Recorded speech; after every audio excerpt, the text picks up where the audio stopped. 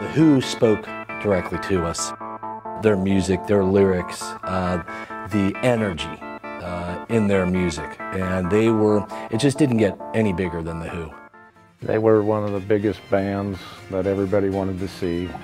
And when The Who was on the radio, you cranked your radio up and you drove around Finneytown and wanted everybody to know that you were listening to The Who.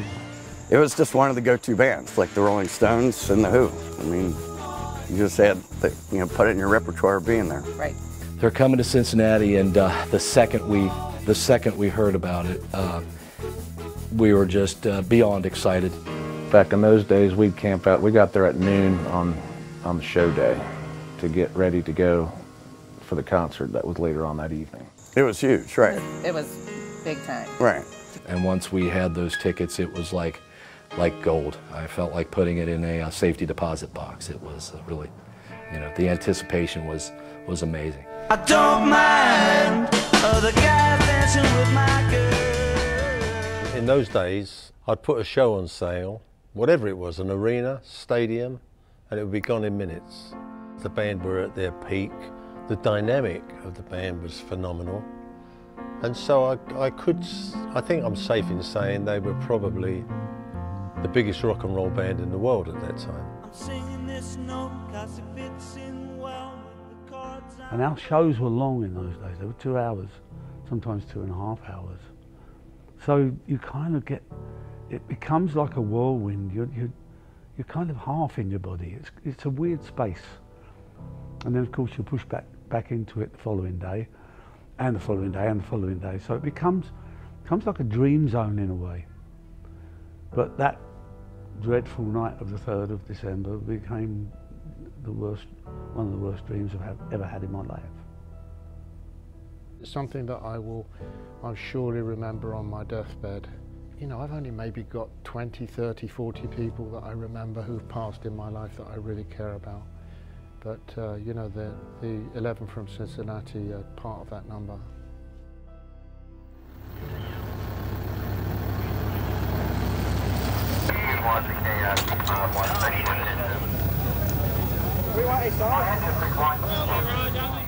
We was up at the top and everybody was just pushing. I was on the bottom for about 20 minutes. You was being stomped on for 20 minutes? I couldn't breathe. I thought I was dying. I lost my shoe.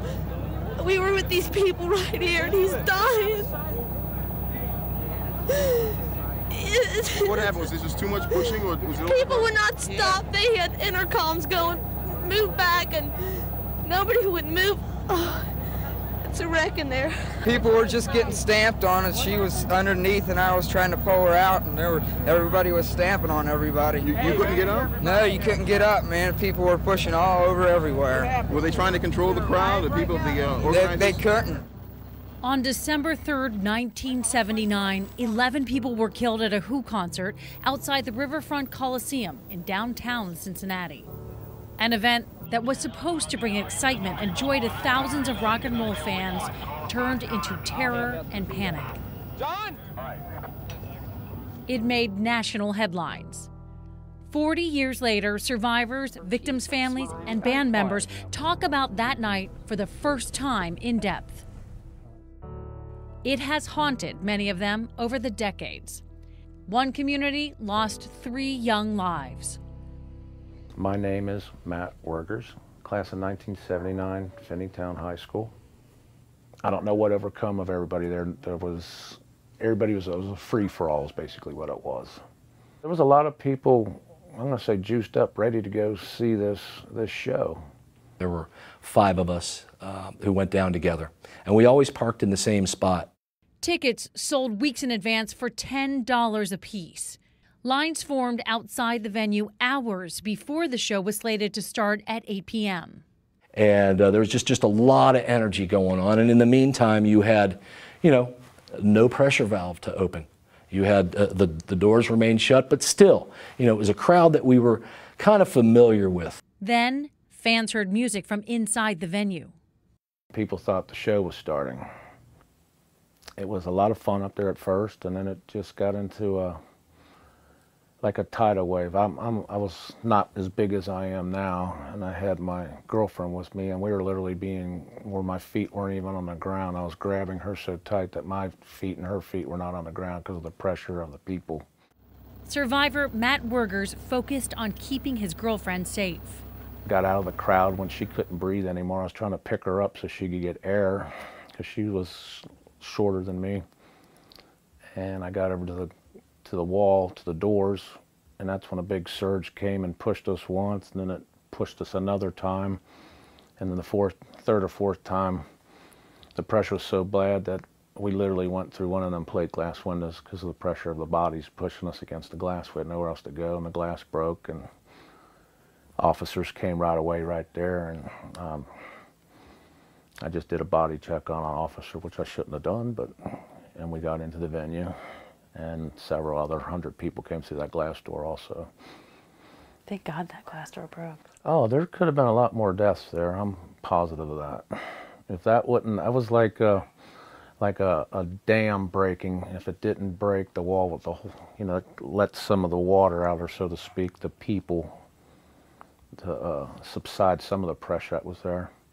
And I got to believe when that door broke and all those people kind of pushed towards that side door and a lot of people fell, I got to believe that's when, that's when our friends and a lot of the 11, that's where they probably never got up again after that. And I remember I was with all of my strength from an 18-year-old, probably 145-pound guy, trying to keep some room between my body and, just keep some space. Chaos ensued. This had been going on for maybe 15 minutes, maybe 10. Yeah. A grip was down in front. You couldn't really, your vantage point until you got pushed right onto the pile. And you couldn't really tell what people what were was going on. back, what was going on. Or how, you would think you could get up, but there was no space to get up, except for standing on other people, and then, you get knocked back down again. And so it was getting pretty chaotic, pretty scary. At one point, Tammy Hartfales fell to the ground. Her friend Doug picked her and others up. And Doug, who, thank God, he was really tall, he just kind of like grabbed me. Doug, I don't know, he was trying to pull some guy out that was on the bottom of the pile, and his head was right by our feet, and he was completely blue colored. He was pretty much gone at that moment. And people were yelling, back up, but 10 people back, first you didn't know what was going on, and it was impossible to back up because it was that congested and tight. And at that point, the whole crowd surged that way, and that a lot of people, from what I saw, went down at that point. And I have to believe, I've thought, 40 years of thinking about this and turning it over, and in a way, the way it happened, the circumstances surrounding it, I still haven't completely assimilated what happened that night. My friend is there 1 minute, and I never see him again. That was one of the most traumatic times of my life, I would think. Waking up and hearing your mom say your friend's dead. There was no reason to suspect that this was dangerous. Your children are supposed to be safe at one of those events, and that, why did this have to happen? I was watching television, and I saw what was going on, and of course I was alert to that, whatever they were showing, and I saw them carrying a kid out of the front, and I said, those are Stephen's shoes. And when he got home, when my husband got home, I told him, and he said, no, you're just jumping to conclusions. And that whole night, I didn't sleep, of course, because he didn't come home. His friends came home without him and said they couldn't find him. And we called the morgue. We described him. We said he had on braces, Do you have a kid with blondish hair and braces? No, we don't have one. Well, then Joe Heltman, who lived across the street, and he was Stephen's best friend of the whole group, he and his sister Barbara went down to the morgue. He was the one that Stephen was supposed to ride home with. And they identified him there and came back at 5 in the morning and told us. My friends started to gather there, and eventually we had everybody that we went down there with, just about, I think. And anybody asked, has anybody seen Steve? And nobody had seen him, and we figured he was just, you know, he went off with somebody else, you know. Stephen Preston was 19 years old and had just graduated from Finneytown High School. Everybody called him Pips. Pips was a nickname that was given to him pretty early because of his appearance. He was very slight in appearance, you know, smallish with long, sort of straw color hair, bright eyes, freckles, some freckles. And somebody started calling him, in our group, started calling him Pippi Longstockings, which shortened up to Pips. Stephen was in the middle of braces. He had an orthodontic appointment the morning of the Who. I had talked with him that night when he came in, and I said, I want you to attend your appointment tomorrow morning. And he said, I'm not going. And I said, what do you mean you're not going? And he said, because I want to be first for the festival seating. And that was it. That was the last time I talked to him. Oh, for months, how many months? Every day. I can't wait till the Who concert. And we were like, oh. Jackie Eckerly was 15 years old. She didn't come home after the show. I called the morgue and described Jackie, and they said, no, we don't have anyone like that here. So I said, oh, okay. And I told my mom, I said, well, I'm just going to go back home for a while. If you need me, call me. And as I was going, their driveway was long off the road on the bend on Seymour. And I was going up the hill, and I saw a police cruiser slowly going as if looking for a house. And so I stopped and said, are you looking for an address? And they said yes, and it was ours. So they took me down to the morgue, and I identified her. And then I had to call home, and then I came home. They brought me home. And that must have been maybe 2 in the morning. It was in the night. It was late. Jackie went with Karen Morrison, Sandy Cottle, which was our neighbor right next door, and another girl that I don't know her name. And they all rode down together because they wanted to go early to get in line, to get a good seat. But at some point, they got split up. Karen Morrison was also just 15. The Who concert was her first concert. She was a month shy of being 16. She never got to get her driver's license. She never got to vote. She never got to graduate from high school. She never got to go to her prom. She was going to be going to a Christmas dance, and she was buried in the dress that she bought to wear to the Christmas dance. It was just devastating. And the devastation didn't stop there. It didn't stop with the sudden knowledge that their daughter was dead. My uncle, who's 91 years old, still grieves. The community of Wyoming, which borders Finneytown, was also affected. My brother Peter was one of the 11. I mean, every time I see those pictures of the shoes laying out there and stuff, you know, it's like, you know, which one of those is his? And, you know, those are not easy pictures to look at. Peter Bobes was 18 years old. He went alone to the show and planned to meet friends. It was bad weather, cold weather. You know, everybody was, you know, trying to get in, wanted to get in. Nobody expects to go to a concert and expects to die. I think I was a little shocked how could it, and then questioning how could it all be all from our school, that many from our school, the percentage, and I'm trying to do my math, the percentage, like that's a big chunk of the people, you know, and they're all so young, and you know, what do you say to people when you go to school? Well, you know, how do you react? Right. You know, I'm 17 years old, I didn't know how to act or react. Sadly and tragically, what happened that night changed us all. It changed everything.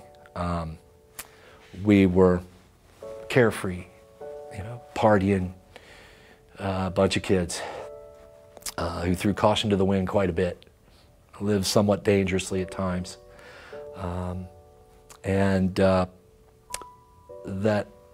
That night, as we were approaching our 20s, early 20s, late teens, it just kind of changed everything.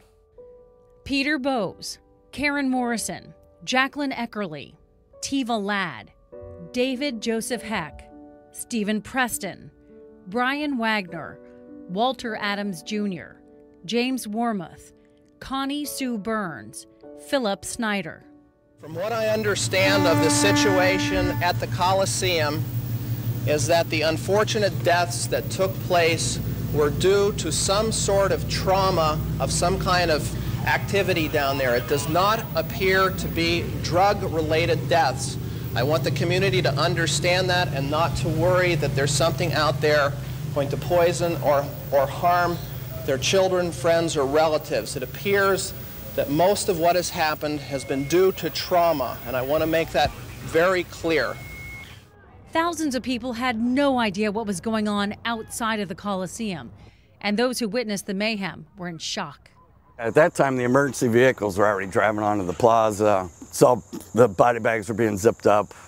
You know, we weren't that Purses, far away from coats, shoes. Right, the pile of all the clothing. All over. I think we were in a little bit of shock. The concert, I couldn't remember what songs they played, nothing. It was a blur. It was a blur. It's the first concert I've ever been to. I was waiting for it to end, if that makes any sense. I just wanted to get out. And I don't know why we just didn't get up and leave. 11 people died and dozens were injured, but the show continued. I think it would have been an absolute disaster to try and shut it down. What triggered the chaos? Festival seating was a major factor. Historically, festival seating drew people very early in the day because festival seating is a first come, first serve. You know, those in the door get the best seats in the house or get right in front of the stage.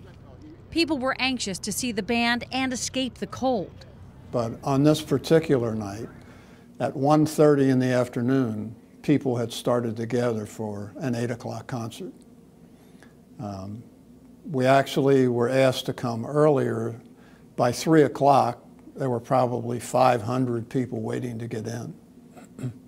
And that grew exponentially. By 5 o'clock, we estimated probably 2,000 people waiting to get in. Just by that one set of doors, right? Just by the main entrance doors. And that continued to grow. The doors were supposed to open at 6:30 p.m. And our estimate at 6:30 p.m. were 12,000 people were waiting to get in. That was unbelievable. We'd never, ever experienced that before. Over the years, I've heard several explanations, and the one that keeps coming up is that they heard the Who doing a sound check, the audience outside lining up in the cold, and they heard the Who doing a sound check. They thought that was them on stage, and so they crashed the doors. But none of this seemed to correlate for me because, one, we didn't do sound checks so much in those days. And two, if we did, it would have been like 4:30 in the afternoon. I went back and checked. We didn't have a support act. What we had was a 10-minute trailer of the movie Quadrophenia. And we ran that before the Who went on stage, and that trailer acted as a support band. So on giving this a lot of thought, I'm sure that what the audience, the fans heard while they were queuing up was the film crew checking that trailer to make sure that it was running okay. And of course, if the audience heard that, if the fans heard that from outside, they did hear the Who, of course. It was Who music. So that's the only explanation that's really rung true with me. Police reports show that only a few doors were used to filter more than 18,000 people inside the venue. It's an image Stephen Preston's stepfather has replayed over and over again in his mind for years. There was so much pressure. There were 18,000 kids, and they were essentially funneled across this walkway that led to the Coliseum, and then it was focused down to these 2 turnstiles. And 18,000 kids were supposed to go through 2 turnstiles and show a ticket at a Who concert, as if they're going to do that in an orderly manner. So by the time that the kids had heard the band warming up and they knew it was getting late, and the crowd at the back was getting antsy, the kids that were at the front were just mashed up against the glass. They were probably not even touching the ground from all the pressure of 18,000 people behind them. The first reports about there being a problem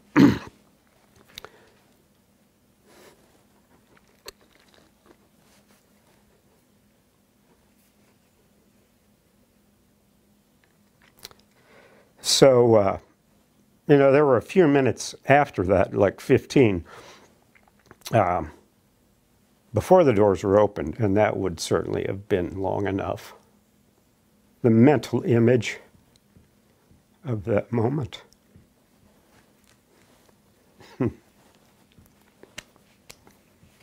Yeah, it was hard.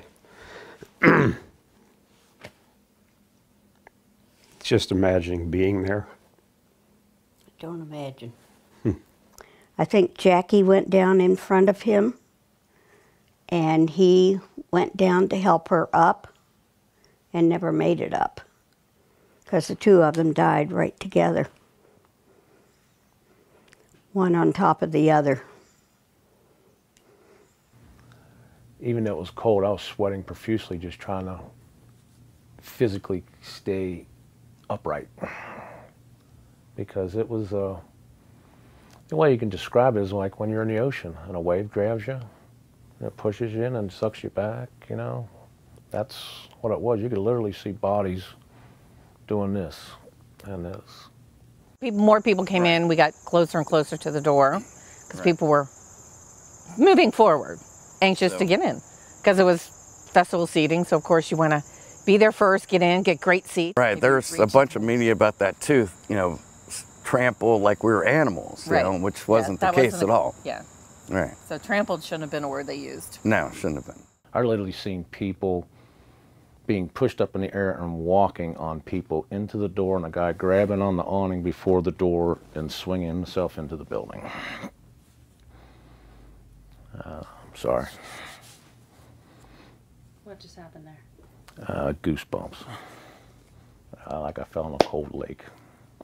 Why? Because it's a very traumatic time of my life. I don't think the people of Cincinnati know the depth of us kids that were there.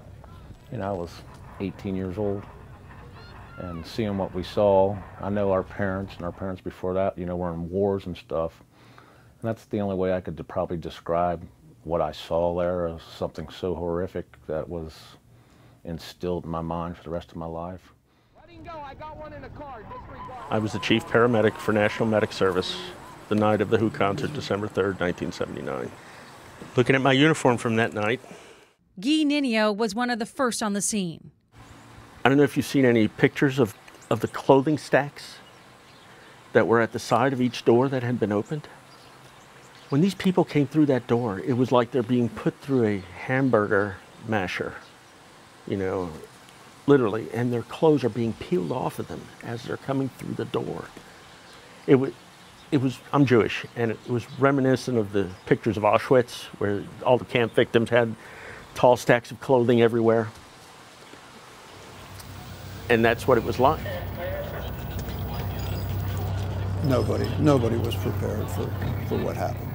I mean, eventually we had every rescue unit, EMT, paramedic unit in the city was at the Coliseum. I mean, we ended up, 11 people died, 25 were transported to the hospital, and we probably had another 50 to 75 that were treated at the scene. I just did the best I could with what I had. It hits me, you were 22. You were not much older in some cases. And some of the victims.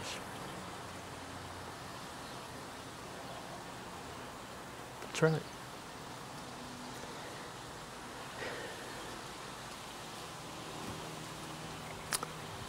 But life goes on. And I think that, you know, there's still a great deal of the walking wounded out there. The victims' cause of deaths were the same. Chest compression. Yeah. Everybody was just squeezed to death. Can't breathe. Asphyxiation. Yeah. I suspect that they were all gone before the doors were opened. The coroner's report said it was asphyxiation. And that's all it said, right? Mm-hmm. Mm-hmm. Pretty much as far as I know how everybody died. People were not crushed. She didn't get to enjoy her life. And because of that, her parents didn't get to enjoy their life. Christmas was coming.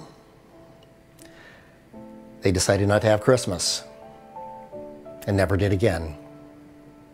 I think what was very hard, it was such a freak accident that was hard to digest. It was hard to understand that you could be waiting in line for a concert and die. Several victims' families filed a joint lawsuit.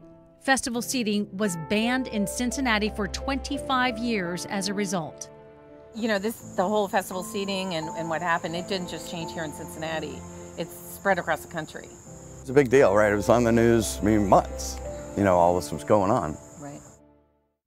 But it was brought back in 2009 at U.S. Bank Arena, formerly known as Riverfront Coliseum. 25 years later, they reversed themselves.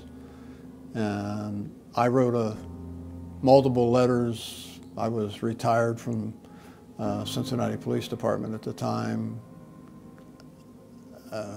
recounting what the issues with festival seating were, but they were pretty much ignored. And with assigned seating, you know, it may be difficult for people to get good seats all the time, but I can tell you it's safer. I can tell you what the most important thing is, and that's that your kid's going to come home that night from a general admission show. December 3rd, 1979 forever linked 11 people from Cincinnati to British rock stars. But The Who never returned to Cincinnati to perform. The incident rattled Finneytown, home to Karen, Jackie, and Stephen for decades. A group wanted to make sure the victims would never be forgotten. They formed a memorial at Finneytown High School called PEM.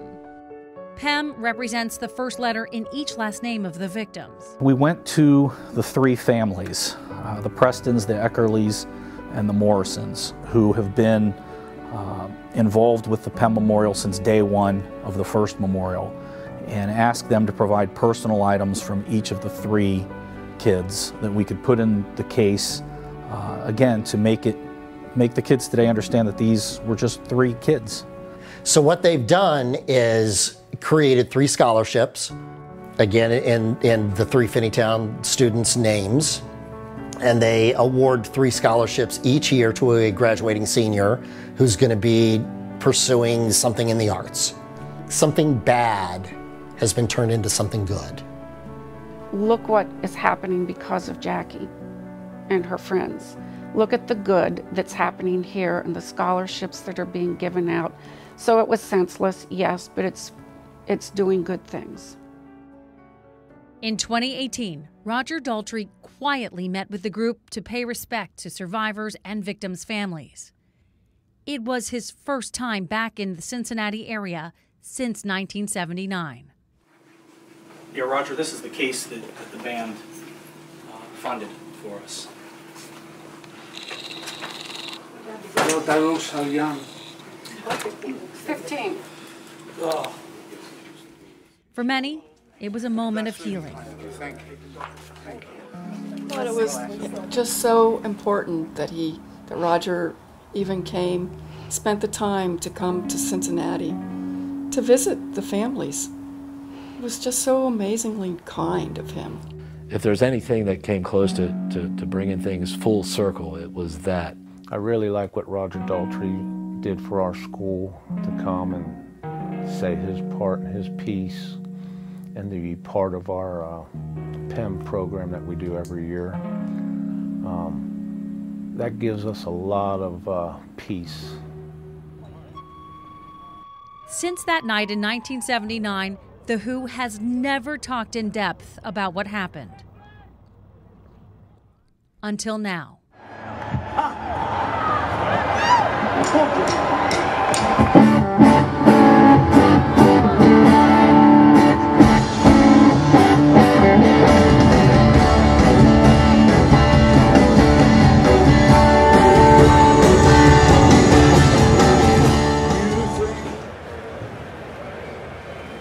'79, oh God, it was such a whirlwind period. I mean, we were kind of making it up as we went along, pushed and pulled in every direction by everybody.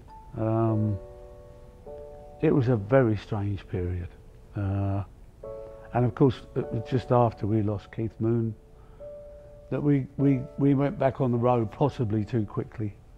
We filled the space with a new drummer, tried to reform what we had, made a record which was a good record, I think it was a good record, but then went out to play it, and we were a wounded animal, I have to say that. We weren't playing at our best. Pete was having kind of problems with substances, and I think it was all down to the grief of losing Keith. So it was a very traumatic time for us anyway, as a band.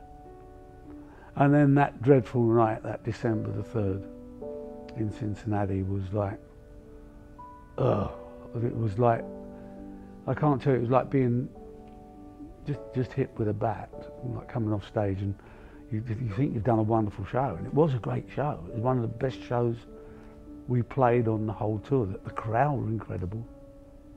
And then we were told what had happened before the show had started. And that was like being whacked with a baseball bat around the head. It was just shock. And I think we did the rest of the tour without really talking to hardly anybody, in total silence. We hardly spoke to each other. We never spoke on stage. We just played our music.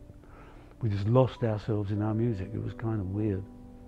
And it just didn't feel any way to make it right. It was just one of those, that period of being away through that 3 weeks of that tour after the 3rd of December was the longest 3 weeks of my life, I think. That date sticks with you, doesn't it? You know that date. Well, it's always stuck with me. It did till I went to Finneytown last year, and I'm really glad I did, and saw the wonderful work that they do there with their scholarships for the three people they lost at that school. And you have to go forward, and that released a lot for me, and I know it did for our manager. I know it did for Bill Kirbishley, because I did have the chance to thank him in front of the people and parents who lost. So that helped a lot for us. But the scars are still there. The scars will never go away. They never do, that kind of grief, you know. I think it's like the scars of someone coming home from a war zone. They just sit with you. But you've never done an interview about it. No, well, we were never given the opportunity, because the next thing we knew, we had lawyers on our back, and we were called to we called back to Cincinnati to meet a load of lawyers who were trying to accuse us that it was all our fault, which was kind of a bit of a shock to the system. But equally, was it our fault? I don't know. I don't think it was. Pete kind of made the statement we have to take some responsibility, but I must admit, in my head, I never ever felt any. We would just happened to be the band that were playing there that night that this happened on the way into a show. Why it happened, who knows? Only the people on the door will know that. There's a chip off my soul that I left in Cincinnati.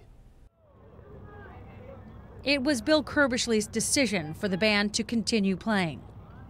I can well remember them going on stage, and they were maybe like about the second number in, and Larry Maggie came to me and he said that there was a problem up on the plaza level and he thought it was the result of bad drugs.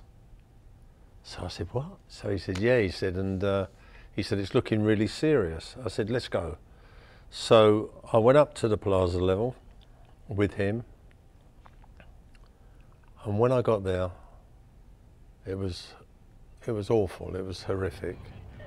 I mean, there were shoes and clothing everywhere, and the medical teams were working on a lot of the injured in an effort to obviously save them, and I could see for sure that there were a couple that had passed away. And in talking, it was crazy as well. I mean, the whole thing that was going on, there was nobody really, in my mind, that was in direct control. But for me, the first responders, the medical teams, were so engrossed in what they were doing that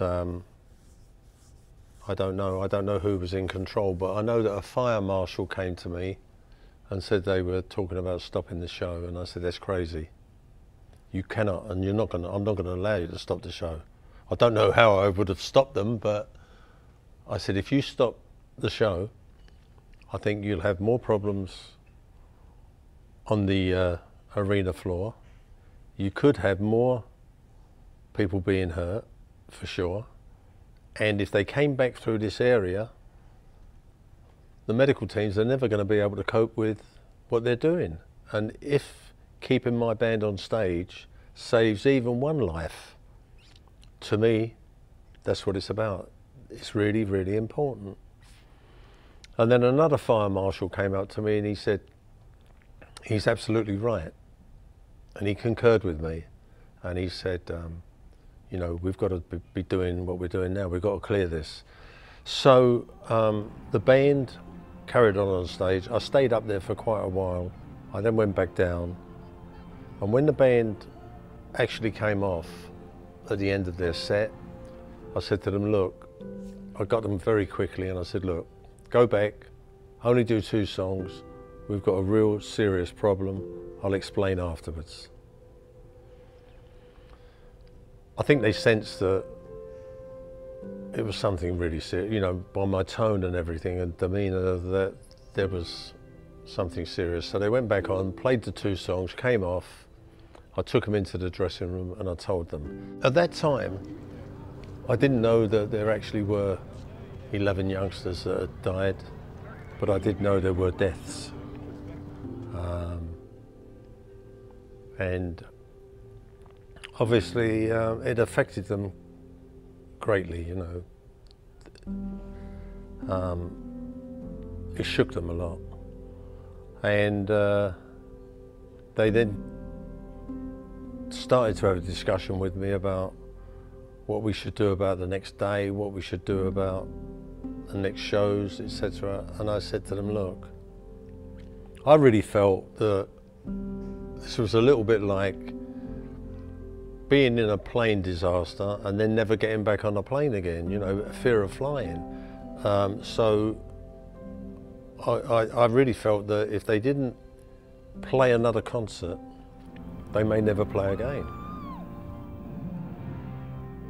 I remember feeling good about the show, and really good about it. And came off stage, and Bill Curbishley came in and said, I've got some really bad news to tell you, and started to explain it to us. And I went through two phases, you know. One was, of course, tremendous upset and concern, but the other was incredible anger that we had been performing while this was going on. I couldn't really castigate our manager for allowing the concert to go on if I hadn't seen that, because his argument was, Pete, you didn't see what I saw. So he went out there and he saw it. So I had to see it myself in order to build up an argument for him to say, well, okay, now I understand your decision. I still don't agree with it. I don't think we should have performed until it had been sorted out. But the main thing, as I said earlier, I don't think we should have left. You know, we could have postponed Buffalo. We should have stayed in the city at least for 3 days. We should have just stayed there for a while, you know, made it clear that we were there and we were mourning and we were part of the process of trying to work out what had happened. And that we were able to have this conversation then. I think one of the things we were concerned about is it probably would have taken me 2 days to sober up. When 9 people died at a Pearl Jam concert in 2000, Pete Townshend contacted Eddie Vedder. My immediate reaction, as I said, was to get Eddie on the phone and to tell him to stay. Just to stay there. Not to leave, just to stay. Because then he could get a sense, they could get a sense of what it was that was right to do next. Ran away is what we did. I'm sorry, but that's what happened. We ran away. You know, one of the reasons maybe why the scar has been tricky is because, wow, you know, this is the first conversation in depth that we've had about this ever. So, you know, maybe now the scar will heal a little bit. You know, but I think it requires us to go back and do a show there. I hadn't realised that we just haven't done it. Are you saying to me this is the first in-depth conversation you've had about this? Yeah. The first dedicated conversation about the accident. Yeah. I'm still very traumatized by it. It's a weird thing to have in your life. It's a weird thing to have in your autobiography that, you know, 11 kids died at one of your concerts. It's a strange, disturbing, heavy load to carry. And I have to say, you know, we need to go back to Cincinnati. You know, we do as soon as we can. And I think, I spoke to Bill about this the other day and he brought it up and I said, come on, Bill, let's just do it. You know, let's just do it. Let's do the whole show for the endowment fund. Let's just go and do it. You know, it's nothing like it is ever going to happen again. And it would be such a joyous occasion for us and such a healing thing, I think. Because I'd have no objection to going back. None at all. Is it time to come back? Play again in Cincinnati? Go back. If they said to me they wanted to go back, I would do that in a heartbeat. I haven't put it to them because I didn't want them to think that I was pushing them into doing it for any other reason that they want to do it. And I didn't want them to think that I had another agenda, which I don't have. But if they wanted to go back, I would be totally 100% behind it, 110% behind it. Well, Pete says you're doing it. Did he? Well, if he said that, I'll do it. You might heal a little bit too. Yeah. Oh yeah, I think I would. It's very difficult, isn't it? Revisiting something that's been a trauma. Very difficult, but I could go back to the city, but I don't think I could go back to that venue. I saw enough that night that I don't want to revisit. But to see the people of Cincinnati and maybe have some of the people, those that are still around, to attend the concert would be something really fantastic, I think, you know.